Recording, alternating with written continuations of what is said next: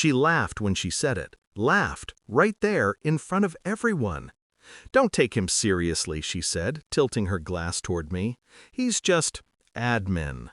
The word rolled off her tongue like a joke, and the table erupted in polite laughter.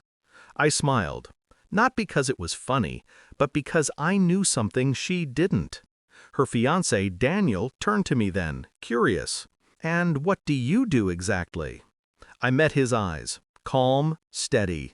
"One word," I said, "cybersecurity." And just like that, the laughter died. Her parents froze. Daniel's smile faltered. She blinked, confused at first, then terrified, as if she'd suddenly realized she'd mocked the wrong man. I met Clara 3 years ago. She worked in marketing, vibrant, loud, full of color. I was quiet, methodical, the one behind the screens keeping the company from burning itself down. She liked how calm I was, said I made her feel safe. I fell for that smile, the one that made everything feel lighter. We built something, or so I thought. Late nights in her apartment, her head resting on my shoulder while I typed. She'd whisper that I was the backbone of everything. I believed her. Until the tone changed. It started small, missed calls, excuses, laughter that didn't belong to me. She started dressing differently, staying out later, becoming distant. When I asked, she'd say I was paranoid.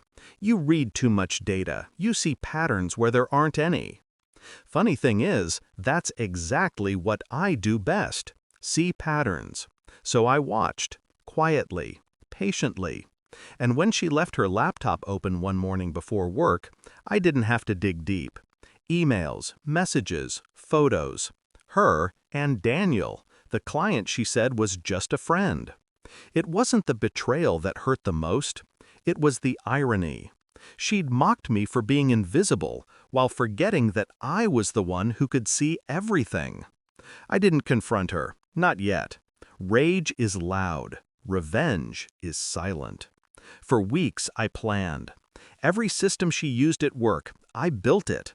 Every report, every password reset, every marketing proposal, all ran through me. I didn't want to ruin her instantly. That's easy. I wanted her to feel it. So I began the slow unraveling. Her emails started bouncing back. Her project files disappeared mysteriously.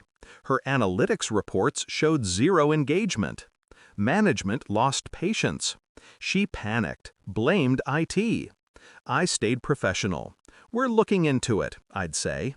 Then I sent an anonymous tip to compliance, a few coincidental screenshots of her using company resources for personal promotions. She got a warning. Her department whispered. Her confidence cracked. And when she finally quit, all righteous and defiant, I didn't stop her. I let her go. Straight into Daniel's company, one I'd just been contracted to audit. That brings us back to tonight. Their engagement dinner. Her in a silver dress.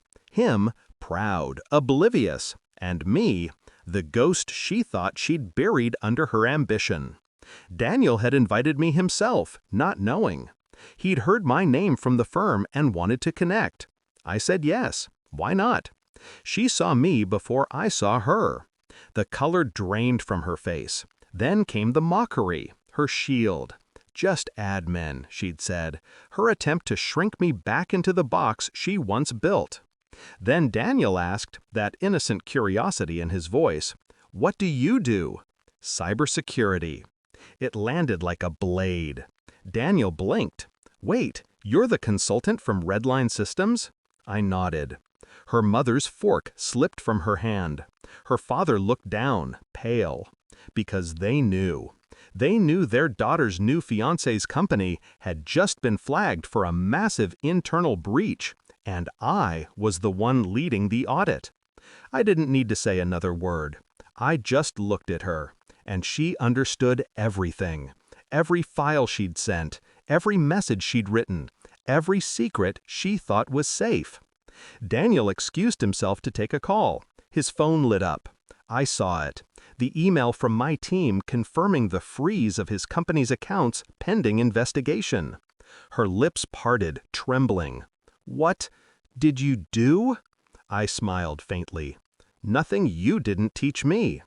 She followed me outside after that.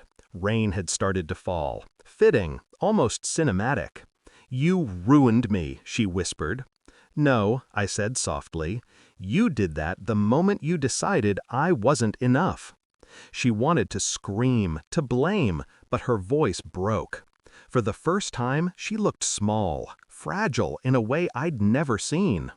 I walked away before she could find the right insult to hide behind. Because this wasn't revenge anymore. It was closure. People think revenge is about destruction. It's not. It's about control. Taking back the narrative they stole from you. She called me just admin. Now, every time she checks her email, every company she applies to, every client she tries to pitch, she'll see the shadow of that one word. And she'll remember the night she laughed and how the room fell silent. I didn't ruin her life. I just reminded.